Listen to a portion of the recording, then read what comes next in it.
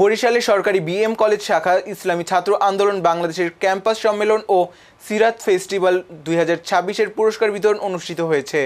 সোমবার 27 এপ্রিল ব্রজমোহন কলেজের অডিটোরিয়াম কক্ষে দিনব্যাপী এর আয়োজন করা হয়।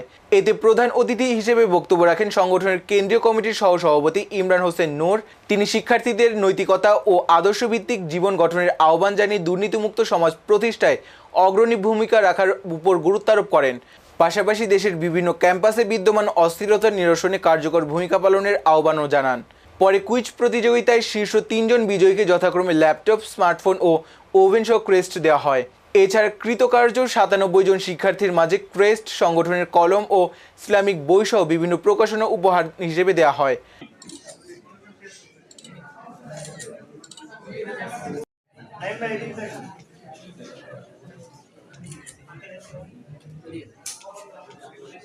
এবং মারিয়া দিয়েছি দাও বেস্ট